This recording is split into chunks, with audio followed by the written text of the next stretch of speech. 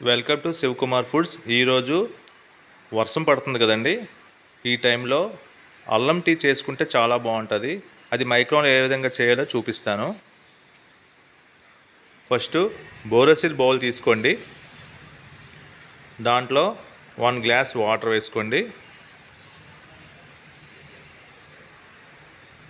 Tea powder ఒక 2 spoons లేదా 3 వేసుకోండి. వేసుకొని మైక్రో మోడ్లో అలా టర్న్ టేబుల్ పెట్టి మైక్రో మోడ్ ఆన్ చేసుకొని ఒక 2 మినిట్స్ పెట్టుకోండి.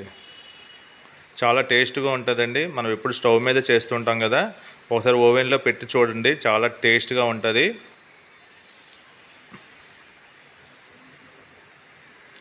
అలా 2 మినిట్స్ పెట్టారు కదా చూడండి. అలాగా మీకు ఇలా చేయడం వల్ల చాలామంది ఏంటంటే పాలు, టీ పౌడరు అన్నీ కలిపి పెట్టేస్తారు. ఇలా కాకుండా వాటర్లో టీ పొడి వేసి ఇలా మరిగిస్తే దాంట్లో ఉన్న కషాయం అంతా బాగా దిగుతుంది. దానివల్ల టేస్ట్ వస్తుంది.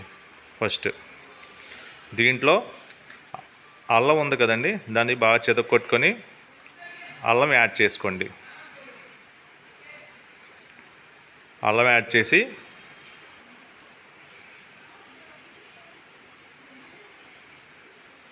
తర్వాత 1 గ్లాస్ మిల్క్ యాడ్ చేయండి. మిల్క్ యాడ్ చేసి షుగర్ పౌడర్ కూడా యాడ్ చేసేయండి. షుగర్ యాడ్ చేసేయండి. మీకు టేస్ట్ తగ్గట్టు వేసుకోండి.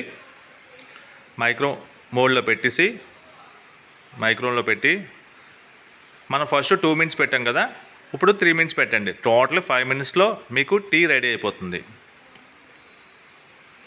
చాలా టేస్ట్గా ఉంటుందండి.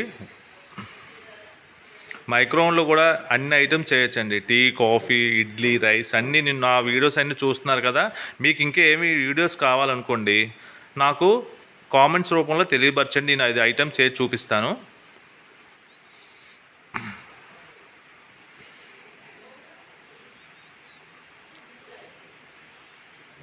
అయిపోయింది, చూద్దాం. చూసారు ఎలా పొంగుతుందో.